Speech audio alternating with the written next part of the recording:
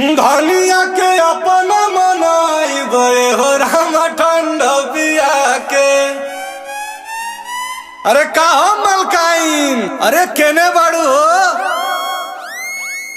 अरे बाप रे बाप, ए जी का हो? अरे बड़ी तेज मन घबराता है। बाप रे, इतना गर्मी यही साल ज्यादा पड़े कर रखा है के। अरे तो कर इलाज हमारे पास बा ना। अच्छा हाँ हो। का ठंडा माने कोका कोला।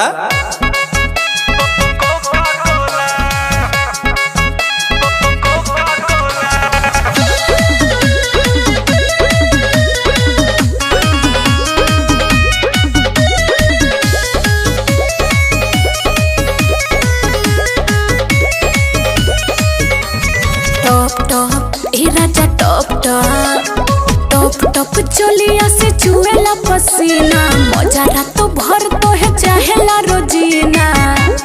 हम तो एकदम परेशान हो गए बने। टॉप चोलिया से चुएला पसीना, मजा रातो भर तो है चाहेला रोजीना। तारू पर चट चट काम कर फटाफट, बर्दाश्त न गरमिया होला। मजा राजा ले गयाज भरपूर, पिया के गोरी कोका कोला। हरी बड़ी गर्मी बाहो। मजा राजा ले गयाज भरपूर, पिया के गोरी कोका कोला। यहाँ सजा होता तारा मजा चाहता।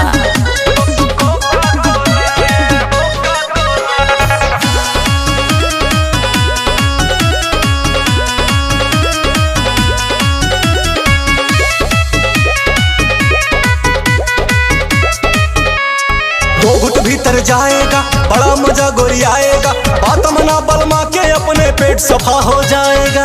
ओहो ना मन बा, बोलर फिरे हो गइल से ओकरा आगे बोला है काची।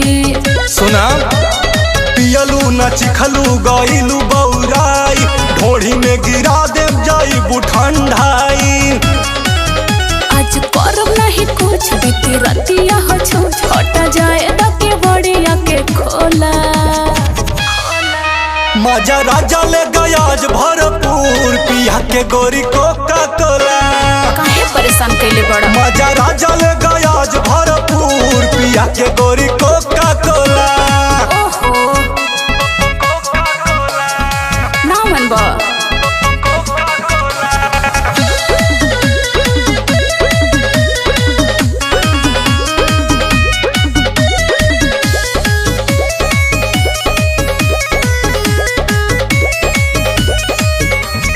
इसका बड़ा डिमांड है, सबसे बड़ा ब्रांड है, गैस को निकाल देगा यही इसका कांड है।